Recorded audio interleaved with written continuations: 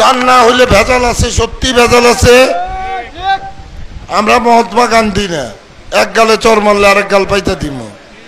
ইটকা জবাব পাথরসে দিব। কিন্তু কতকাল আনারসের সমর্থক অর্থাৎ আমার সমর্থক তাকে একটু মারপিট করছে, একটু না ভালোই। এটা কি ঠিক হয়েছে বলেন আপনারা? আমি প্রথমেই ধন্যবাদ দেই প্রশাসনের। আমি যতটুকু ঘুরেছি তাতে দেখেছি যে একদম 100% তো কিছু হয় না, 99% এইবারের নির্বাচন সুষ্ঠু হয়েছে।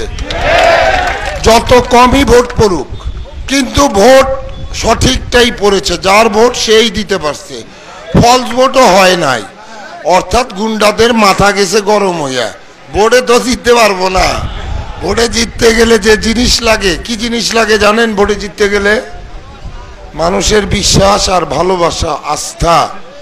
সেইটা আনারসের প্রতি রাখছেন। এখনো শপথ নেই নাই, তার আগেই শুরু হয়ে গেছে।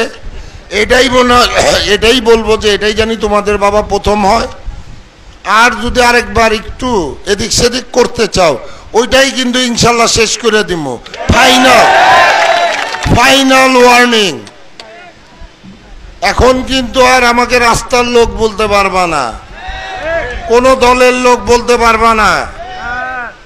আমাকে যে চেয়ারে বসাইছে কালীহাতির মানুষ আস্থা রাইখা বসাইছে, এবং এই আস্থার এই বিশ্বাসের মর্যাদা আমার মৃত্যু দিয়া হইলেও দিব। আমি আপনাদের বলি, প্রশাসনকে আরেকবার ধন্যবাদ জানাই।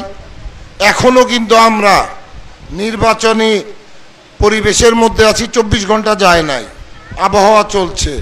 আমাদের যে নির্বাচন করছে টাঙ্গাইলের এডিসি জেনারেল, তাকে আমি অনুরোধ করব এই বিষয়টা খুব গভীরভাবে আপনি দেখেন। অত্যাচার হচ্ছে, যাতে আমরা উত্তেজিত হই, যে কোনো একটা ঘটনা ঘটাই, এটার একটা ষড়যন্ত্র হচ্ছে। আমার কাছে রিপোর্ট আছে, অবশ্যই বঙ্গবীরের কাছেও আছে। তো আমি বলবো একটু ধৈর্য ধরেন, আপনারা চেয়ারটা পাইয়া নেন। আজাদ সিদ্দিকী চেয়ার পাওয়া কিন্তু চেয়ার পাওয়া না, আমি বলছি কিন্তু আপনারা চেয়ারটা পাইয়া নেন।